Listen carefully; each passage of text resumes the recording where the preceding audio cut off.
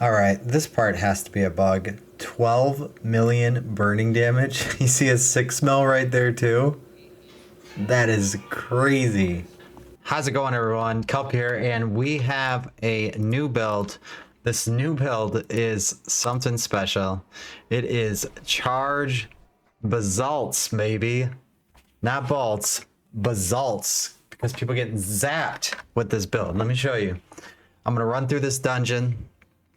I'm going to show everything. I wanted to do 100. I'm having like bad luck with the rolls on trying to get them. So we are going to just dominate through with the charge bolts, piercing all the time. I love the charge bolts because they actually follow the mobs, which is really nice. So they kind of, especially with the staff of Lamesson, the charge bolts go where the mobs are. So it's actually like really cool in Hell Ties too, because it just works. And it makes things go extremely fast. I'm thinking this could be a candidate. I don't want to get too early because I don't want to get too excited, but I'm thinking this could be a candidate for the gauntlet. We got to try every build at its max potential. Once we do, we can make a tier list for the gauntlet. And that's kind of the plan.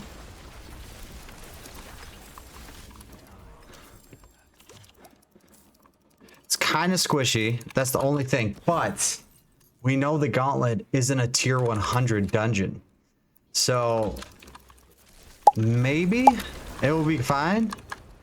You know, because we're not going to be able to die. Like, it's going to be like playing hardcore. You're not going to die in it. You die, you don't survive, you don't hit the leaderboards, and you don't look fly. Like, seriously, it's just, it's not what you want to do. But here, basically, tier 197. Mobs are falling over, and I could make myself a little bit more tanky if the mobs are not even as strong. So we'll see how that looks when we get closer to it. Hopefully we get some more info.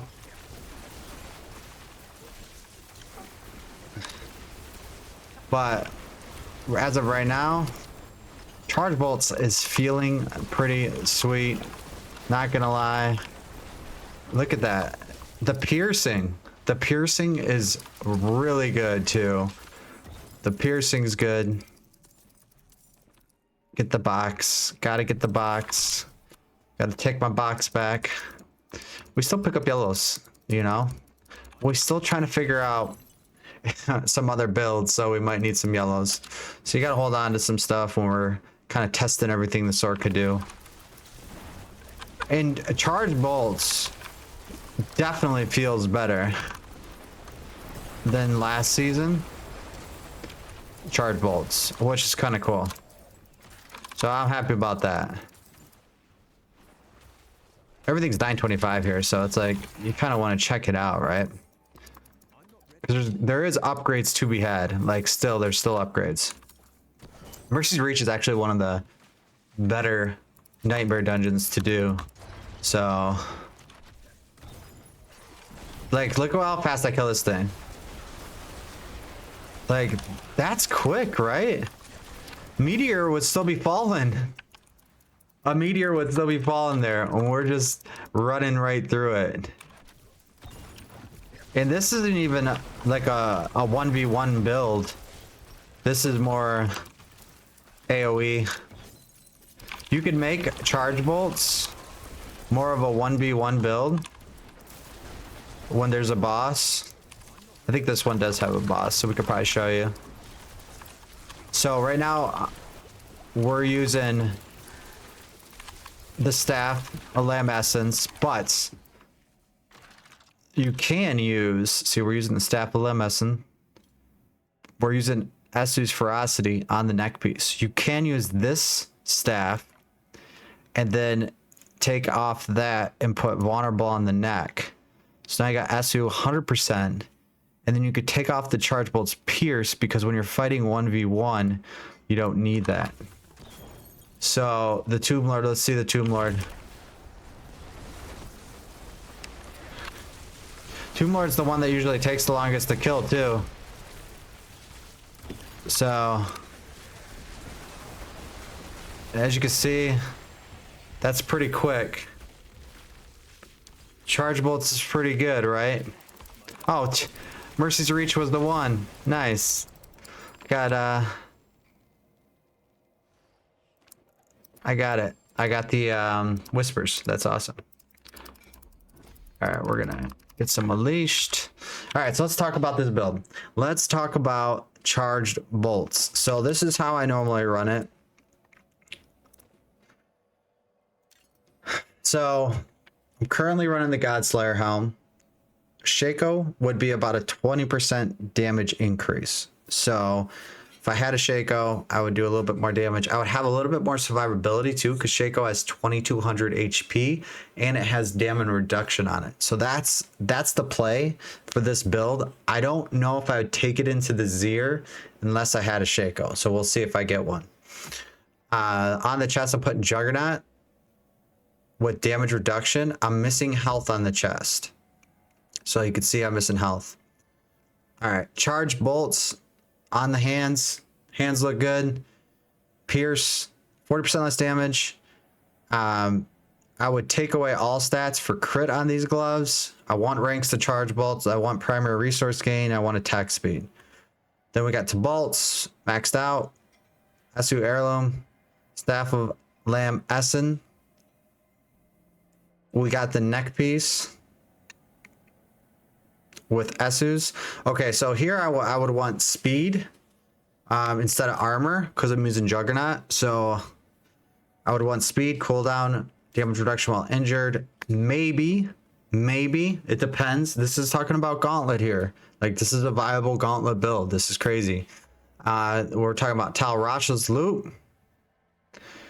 For the ring, I'm using Ring of Starless Skies. This is not going to be, everyone is not going to have that.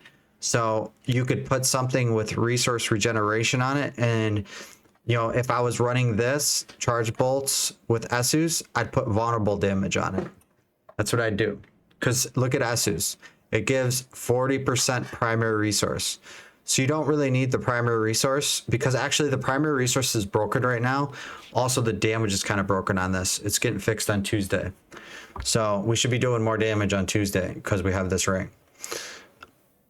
So let's look at the stats real quick. The stats. So I almost got everything maxed out. The thing is that's important to know about maxing out your resist is your glyphs have to be maxed out to max out your resist in this build.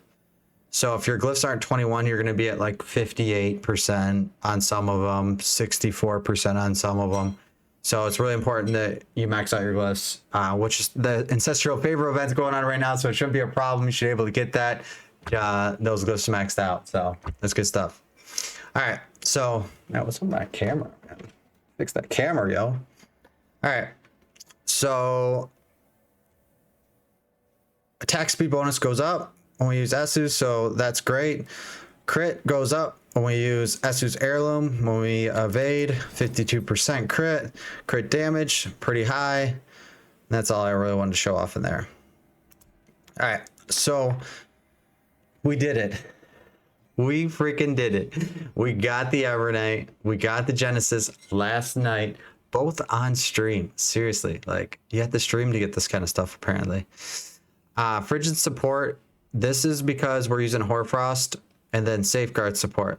So my boy Dom, who was in the stream last night, you could take off Safeguard and put in Burning, and you could get rid of Firebolt enchant if you want. It still makes Devouring Blaze work. So if you wanted to try a different enchant, like maybe Teleport would be really good when you're not using Juggernaut, obviously, and you know, that's something you could do. That's something you could do in any build, though. Like, I'm not just talking about this build. This build doesn't work that great. So I'm going to leave that on. And then go back here. So we're using Tempest, Frigid support, Burning support, Evernight. Tactical support, Duration, Genesis, and Flash of Adrenaline. On the skills, lightning spear, flame shield, ice blades, teleport, charge bolts, unstable currents. And then we talked about the enchantments already. All right, skill tree. Man, I've been playing with this skill tree. Literally, I've probably tried so many different variations with this build to try to get it as good as it can get than any other build I've tried. So firebolt, frostbolt, don't matter. Elemental dominance, we're 2 points into potent warding because those are just like extra points that we had. Maxing out charge bolts, and you could do whatever you want here. If you feel like you want more damage, or if you're like, oh, you know, I want more survivability, you go here. So hitting an opponent with charge bolts, 25% less damage is pretty good. This doesn't matter. Do whatever you want, however you feel. Flame shield, you get a point back if I get Shaco. And then shimmering teleport, glass cannon, elemental attunement. Very important. This is all a lot of damage. When you start maxing out ice blades with the enchant, you're getting conjugation mastery, get lightning spear for the vulnerability. It helps out a lot, but also the stun, very important. You want to get protection and mana shield, devouring blaze. I was trying this. This is pretty good. It's the burning damage is actually really strong. I got some crazy numbers with burning damage. Like, so the longer the fight is, the better the burning damage is. So it's something else you could play around with. So you could take points out here, put that there, and then go here too. So now I'm faster. So this might be better for Gauntlet, right? Because we crit a lot. So you're always 9% faster. That could be a play there too. So multiple options. We'll leave it at this because I think tier 100, everything falls over pretty fast with this build. So it's good. All right, so now onto the Paragon board. This is just something I put together. What I thought was really good. We do go into Flame Feeder first for the extra burning damage, 10%. And then we went into the Static Surge board. So Charge Bolts makes vulnerable. And extra mana, which is sweet. Enchanter on this board. You see Enchanter, you get some non-physical damage increase. This is actually last. I don't do Frigid Fate yet. I actually went here, grabbed this one, damage to stun enemies and elites. And then, and you could go here if you feel more tanky. You wanna wrap around and you're like, man, I gotta be more tanky, man. I'm getting blown up. So you can get an extra 8% health if you go down this way, but you lose this damage. So whatever you think's best for your current setup. Then you're gonna go into Reinforcement on the Enchantment Mastery, which Reinforcement buffs these two nodes, which is so good. You get more non-physical damage, and then you're going down here. You go to Burning Instinct. You get Tactician, so you could buff damage reduction from burning. You're also buffing damage to burning, which everything's always burning. So that's fantastic. And then you're getting Destruction, and you're pretty much maxing out Destruction. There's no more dex nodes I could get. 194%. That is in the Ceaseless Conduit. And then you're going into Exploit, finally. And Exploit is in the Searing Heat board. So this build's actually a lot of fun. And lastly, let's go to Frigid Fate. Frigid Fate, you're getting Elementalist, and then you're wrapping around for Frigid Fate. This build is extremely fun when you're doing the like a vault, the end part of the tier 100 vault, because everything is just getting pierced and stunned and blown up, and it just feels good. It's a feel good build. It's feel good, but I think it could be viable in tier 100, or I'm sorry, in the Gauntlet. I think it could be a viable build. We'll see. We'll do an update around that, but this is almost exactly what I would do if I was playing it. I would get the Shaco though. I would put speed on here, and I would I'd run with this. I would try it. I mean, this is something I'd try. I almost want to have like 3 Sorks, by the time Gauntlet comes out, and then have 3 different builds and try all of them. That would be so sweet. It'd be a lot of work, but we'll see. Because now I got I literally probably did 150 runs to get these. And it's not easy.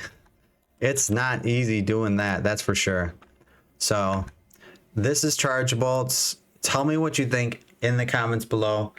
I'm gonna play it a little bit more, then I'm probably gonna switch to chain lightning because I haven't, or ball lightning because I haven't tried ball lightning yet. So do me a favor, like and subscribe. For comment below what you think, and I'll see you in the next video. Thank you.